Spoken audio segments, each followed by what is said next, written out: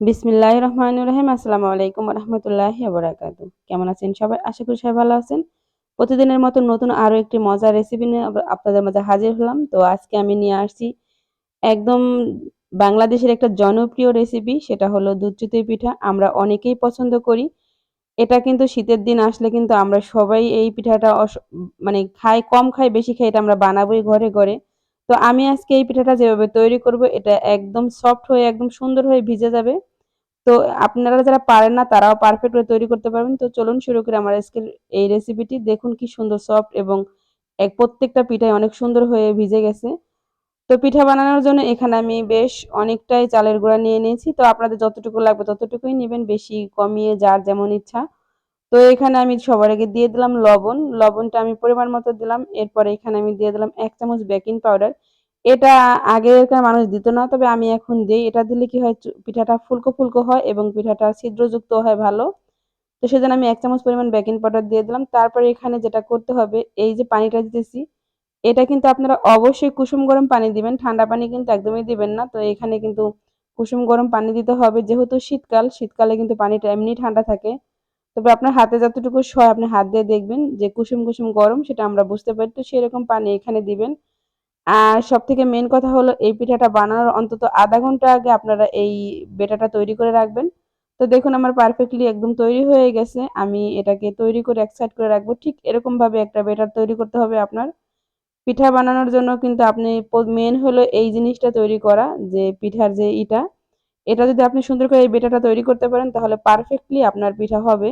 তো আমি আরো একটু পানি দিয়ে দিলাম, কারণ আমার মনে হচ্ছে যে একটু ঘন হয়েছে, সেজন্য আরেকটু দিয়ে তারপর একটু নেড়েচেড়ে দিব।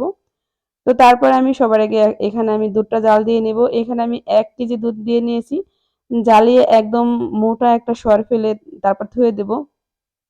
আমি যেহেতু খুব বেশি পিঠা বানাবো না, সেজন্য ১ কেজি নিয়ে নিয়েছি। আপনারা যদি বেশি পিঠা বানান তাহলে বেশি করে নিবেন।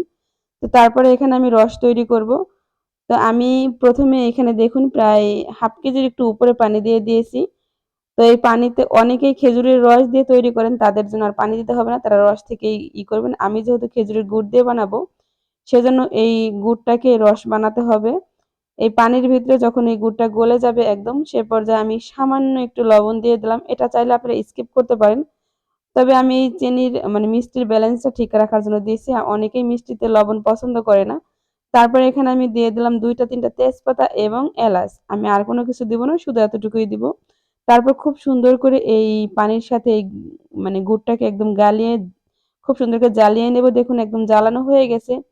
এরপর আমি চলে আসলাম পিঠা তৈরি করার জন্য। আমি কিন্তু এই পিঠাটা মাটির চুলায় তৈরি করব, যেহেতু আমি গ্রামে থাকি।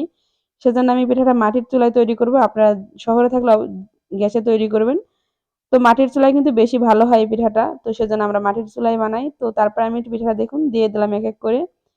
এরপর দেখুন কি সুন্দর ফুলকো, ফুলকো হয়ে গেছে। আমি এভাবে করে সবগুলো পিঠা তৈরি করে নেব। দেখুন একদম মানে দেওয়ার সাথেই উঠে যাচ্ছে।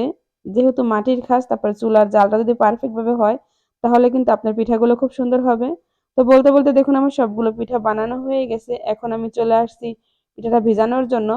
আমি শুধু এই রসটাকে আবারও একটু গরম করে নিয়েছি, আর কিছু না। অনেকেই আছে এই পিঠাটা দেওয়ার পরে রসটার সাথে মানে সেদ্ধ করে অনেকক্ষণ ফুটিয়ে নেয়। আমি কিন্তু সেটা করব না। আমি শুধু রসটাকেই গরম করে নিয়েছি।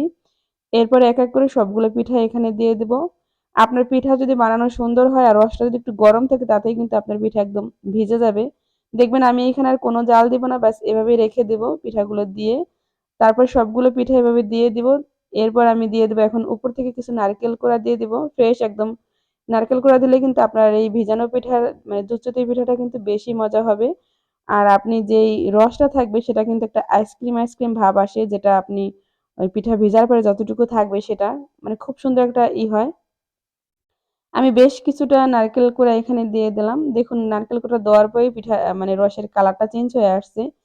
তো এবারে আমি দিব সেই দুধটা। আমি কিন্তু এখানে রস অল্প করে বানাইছি, আর দুধটাও কিন্তু একটু গরম করে নিবেন।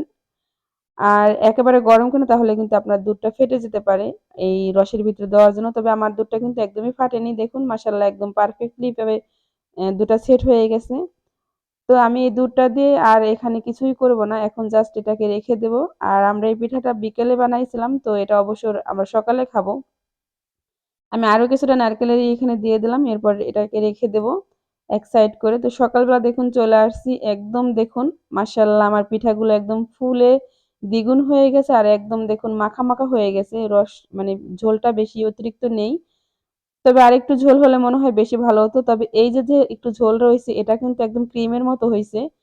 বিশ্বাস করুন এত পরিমাণ যে টেস্ট হয়েছিল এই ক্রিমের মনে হয়েছে আমি আইসক্রিম খাইতেছি। কারণ নারকেল এবং খেজুরের গুড় সাথে হলো দুধ এই ৩ টা মিলে একদম আইসক্রিমের মতো একটা ফ্লেভারও আসে। খেতেও কিন্তু এই মানে যেতটুকুই ঝোল আছে এটাই সবাই মানে কি বলবো সবাই খুব সুন্দর করে আইসক্রিমের মতো খেয়েছে। তো দেখুন আমার পিঠাটি একদম পারফেক্ট ভাবে হয়ে গেছে। আমি এখানে একটু পরিবেশন করে নিয়েছি। আপনাদের একটু দেখাবো দেখুন। মাশাআল্লাহ দেখতে যেমন সুন্দর খেতে কিন্তু অনেক দারুণ হয়েছিল। তো আমি আপনাদেরকে একটু খেয়ে দেখাবো। দেখুন পিঠাটা কত সুন্দরভাবে ভিজছে। চামচ দিয়ে করলে আপনারা বুঝতে পারবেন যে দেখুন এরকম ছিদ্র ছিদ্র যুক্ত পিঠাগুলো যদি আপনার পিঠা ফুলে কম তারপর যদি ছিদ্র ছিদ্র হয় তাহলেই কিন্তু আপনার পিঠাটা ভিজবে। আমার এই পিঠাটা দেখুন কত সুন্দর একদম ছিদ্র ছিদ্র হয়েছে। তো ভিডিওটা আজকের মতো এখানেই শেষ করব। কথা হবে অন্য কোনো রেসিপিতে। আসসালামু আলাইকুম ওয়া রাহমাতুল্লাহি ওয়া বারাকাতুহু। আল্লাহ হাফেজ বন্ধুরা।